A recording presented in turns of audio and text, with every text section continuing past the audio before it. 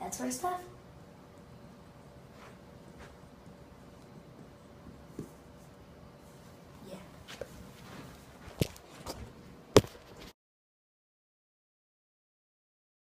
Guide.